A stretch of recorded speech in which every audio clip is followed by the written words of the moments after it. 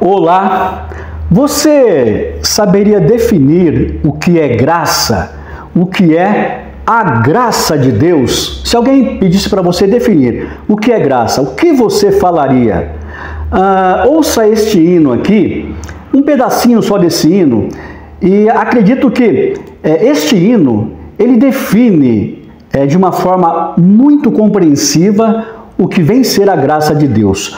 Ouça um pedacinho desse hino.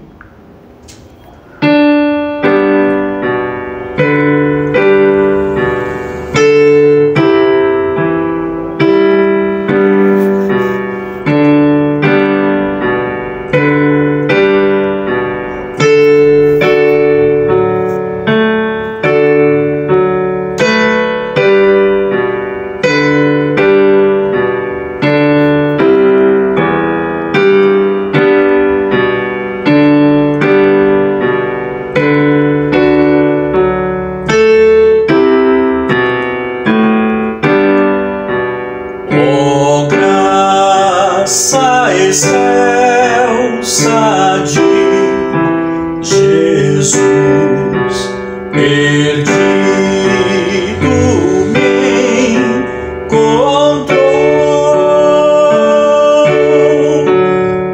estando cego me fez ver da morte.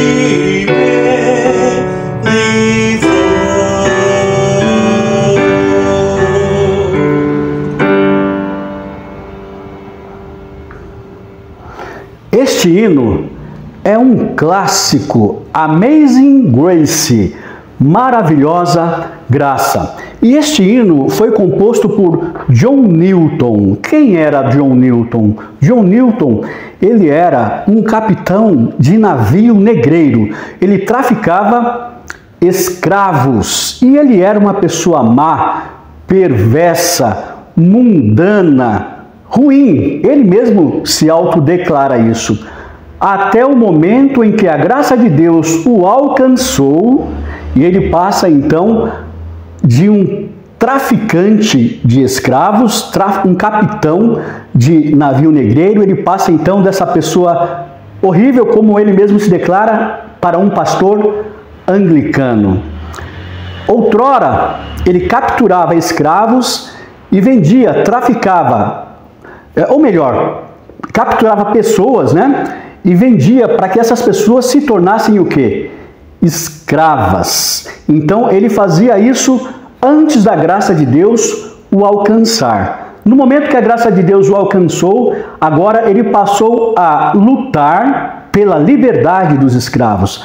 Passou a ser um pastor anglicano, mudou completamente, teve uma conversão de 180 graus e agora era um homem de Deus. Isto é a graça de Deus. Ela te transforma da água para o vinho. Você nasce de novo, você passa a ser uma nova pessoa. Agora, uma pergunta: nós somos salvos pela graça ou pelas nossas obras? Olha só, Efésios capítulo 2, verso 8 e 9, 8, 9 e 10, né? Vamos lá, vamos ver o verso 8 e 9 primeiro. Efésios 2, verso 8 e 9. Porque pela graça sois salvos, mediante a fé. E isso não vem de vós, é dom de Deus, não de obras, para que ninguém se glorie. Então aqui está dizendo que a salvação ela vem unicamente pela fé. É dom gratuito de Deus, exatamente para que ninguém se glorie da salvação, tá certo? Só que o verso 10 diz assim, ó: pois somos feitura dele, criados em Cristo Jesus para as boas obras. Olha que interessante, o apóstolo Paulo diz que a nossa salvação é unicamente pela fé, não é pelas obras. Porém, somos feituras dele, criados em Cristo Jesus para as boas obras. Parecem aqui dois textos ambíguos, né? Porque no 8 e 9 diz que nós somos salvos unicamente pela graça, não pelas obras. Mas no verso 10 diz que nós somos feitura dele, ou seja, de Cristo, criados em Cristo Jesus para as boas obras. Ao mesmo tempo que fala que nós não somos salvos pelas obras, mas sim pela fé, pela graça, está dizendo que nós somos feitos para praticar o quê? Boas obras. Veja só, tem um outro texto também interessante, quando Jesus ele conversa com um jovem rico. Você conhece esse texto? Mas vá lá, em Mateus no capítulo 19, Mateus capítulo 19 e o verso 16 e 17, diz assim, ó: E eis que alguém aproximando-se, aproximando de Jesus, né? E eis que alguém aproximando-se lhe perguntou: Mestre, que farei eu de bom para alcançar a vida eterna? Respondeu-lhe Jesus: Por que me perguntas acerca do que é bom? Bom só existe um. Se queres, porém, entrar na vida, guarda os mandamentos. E agora? Lá Paulo diz que nós somos salvos pela graça, não pelas obras, para que a gente não se glorie.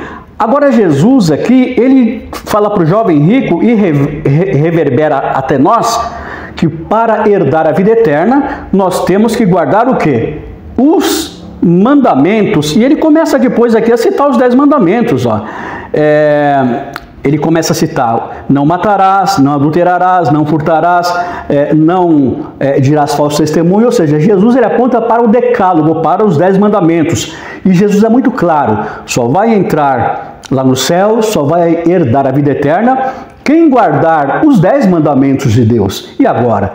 É pela graça ou é pelas obras? Veja só, a salvação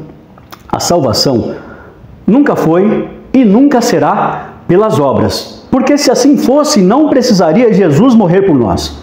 Mas não entenda a salvação como estar na vida eterna. São duas coisas, em tempos diferentes. A salvação chega até nós quando nós, então, nos arrependemos dos nossos pecados, entregamos a nossa vida para Jesus e pedimos perdão a Ele. No momento, então, que Ele nos perdoa dos nossos pecados, isso acontece através do batismo, conforme Jesus ele instrui os discípulos.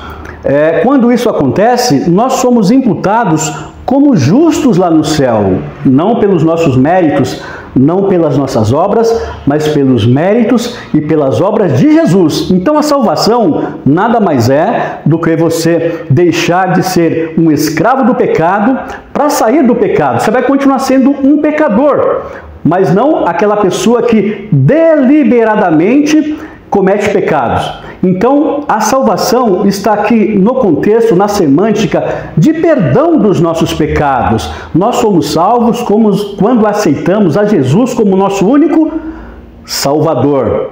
E não vem das obras, não vem da guarda de nenhum mandamento, nem do sábado, de nenhum mandamento. Vem unicamente dos méritos de Jesus. Mas olha só, a salvação essa é a primeira etapa da salvação, o perdão dos nossos pecados. Nós sendo imputados como justos lá no céu, através do batismo, pelos méritos, exclusivamente pelos méritos de Jesus. Mas o que é que vem depois da salvação? Aliás, dessa primeira etapa da salvação, que é o perdão dos nossos pecados, a santificação. E a santificação se refere às nossas obras. Abra sua Bíblia em Hebreus, capítulo 12, e o verso 14. Aqui diz assim, ó: segui a paz com todos e a santificação, sem a qual ninguém verá a Deus. Então, você é salvo quando você se arrepende, e quando você desce as águas através do batismo, e ali Jesus perdoa os seus pecados. Ali não tem nada a ver com obras. Nada a ver com obras. Mas a partir dali, então, começa o quê? Começa uma caminhada da santificação, onde entrará o quê? As nossas obras. Por quê? Porque nós somos salvos pela graça, mas seremos julgados pelas nossas obras. A gente não pode deixar de entender isso aí. Então o caminho da santificação é o caminho das boas obras. Até porque se você for lá em Mateus capítulo 24, verso 13, abra lá, Mateus capítulo 24, verso 13, Jesus, ele diz o seguinte, ó, aquele porém que perseverar até o fim, esse será salvo. E salvo aqui está no contexto o quê? Da glorificação, da vida eterna. Então, é algo tão simples que acaba sendo complexo, né? A nossa salvação é unicamente pela graça de Deus. É gratuito para nós, né? Mas custou o quê? O sangue de Jesus. É pelos méritos de Jesus. Quando isso acontece? Quando você se arrepende dos seus pecados e através do batismo você entrega a sua vida a Jesus. Então nesse momento seus pecados são perdoados e você é salvo naquele momento. Só que não para por aí. Aí vem o quê? Vem a jornada da santificação, que seria o quê? As nossas boas obras. É importante as nossas boas obras. Não vinda de nós mesmos, mas do poder de Jesus. É a nossa caminhada, é a nossa vida inteira procurando assemelhar o nosso caráter ao de Jesus. E por último, então, virá o quê? A glorificação. Isso acontecerá na segunda volta de Jesus, quando então receberemos a vida eterna. Então é muito fácil. Para a salvação, para o perdão dos pecados, as nossas obras não valem nada. É o nosso arrependimento. Agora, para herdar a vida eterna, que foi o que Jesus falou para o jovem rico, precisa das nossas obras. É a nossa perseverança até o fim. É o que está escrito em Hebreus 12:14. Sem a santificação ninguém verá o quê? A Deus. Aí é o poder divino de Deus em cooperação com as nossas, com o nosso esforço também, né?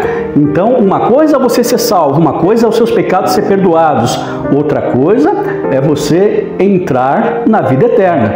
Então, nós temos aí o quê?